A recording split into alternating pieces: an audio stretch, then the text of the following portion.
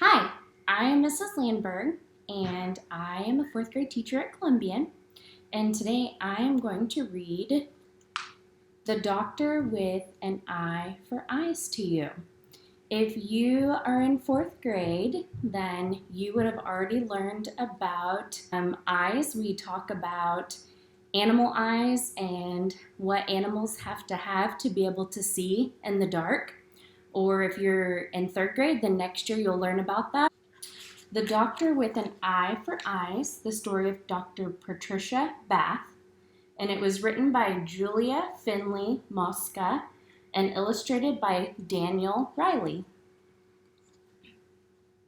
If you like to think big, but some say you're too small, or they say you're too young or too slow or too tall, pay no mind to their doubts and just follow the path of one awesome inventor, Patricia E. Bath.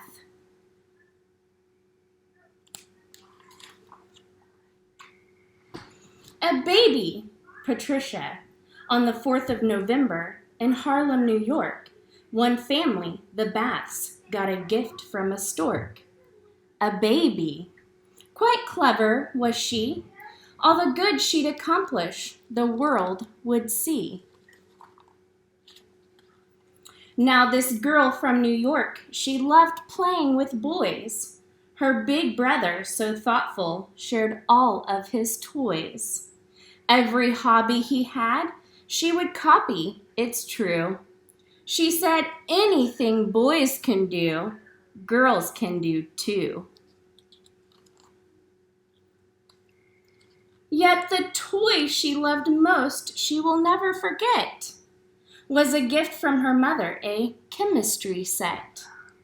Well, it got her to thinking, hey, science is neat. This new passion of hers, it just couldn't be beat. As she grew a bit older, she yearned to do more. With science, I'll help the world's sick and the poor. A friend of the family's, a doctor so swell, inspired the teen. I can be one as well. But doctors back then, most were men, you will find. Still, Patricia stood firm. That did not change her mind. See, her father was smart and a jack of all trades. He had taught her we're equal, all genders, all shades. Yes, her parents were thrilled. They encouraged her goal. They said, nothing's off limits, no job, dream, or role.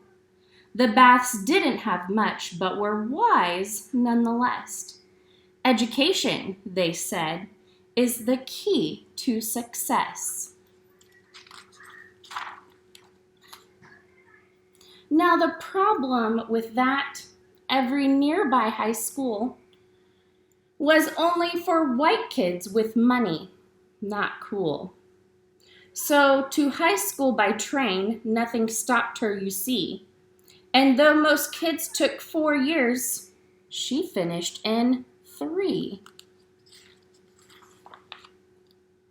What next? Off to college. Then medical school, where she found that her classmates were boys as a rule. And where girls weren't allowed to sit in the front row, Patricia said, phooey, that won't make me low. All those unfair restrictions did not bring her down. They were more pressing matters and no time to frown. A decision was due, what her focus would be. I've been thinking, she said, I will help people see. Then she studied the eye as an eager intern. Treating hospital patients was what helped her learn.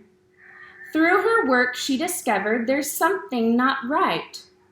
Her black patients were blind 2 times more than white. What has caused this to happen? She wanted to know.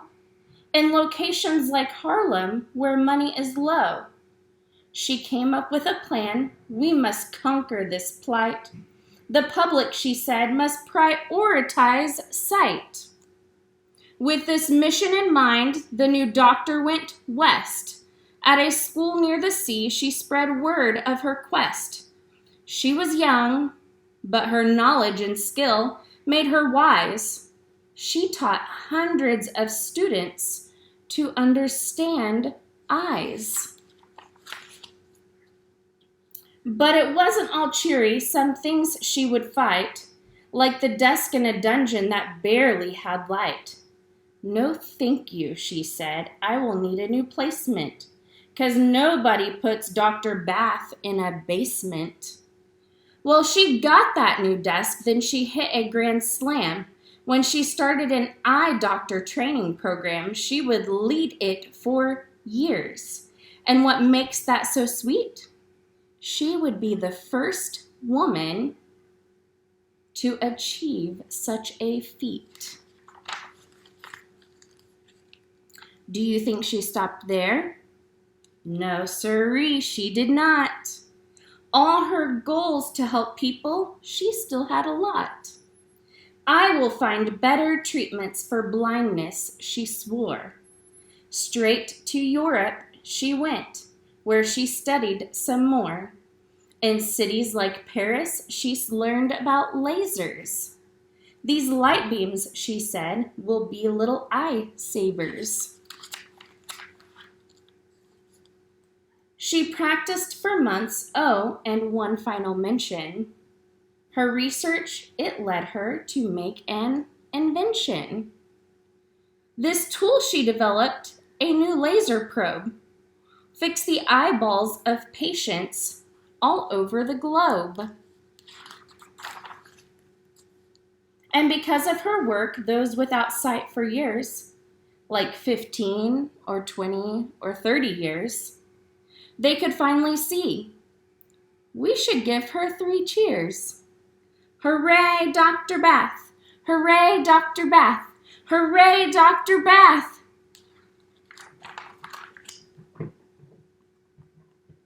American Institute for the Prevention of Blindness.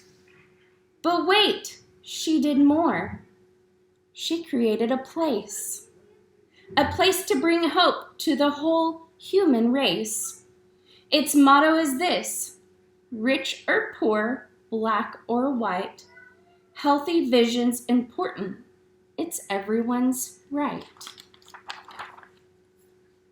Now, for all that progress she's done and the progress it brings, Dr. Bath is well known. She's accomplished great things.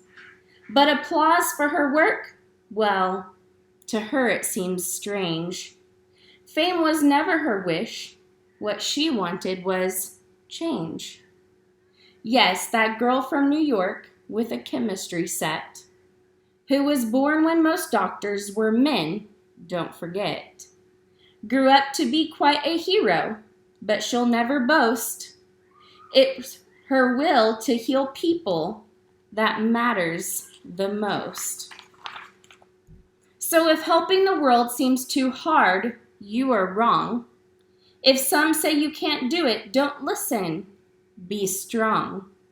Like Patricia, stay focused, push forward, shine bright. And you'll find all your dreams will be well within sight.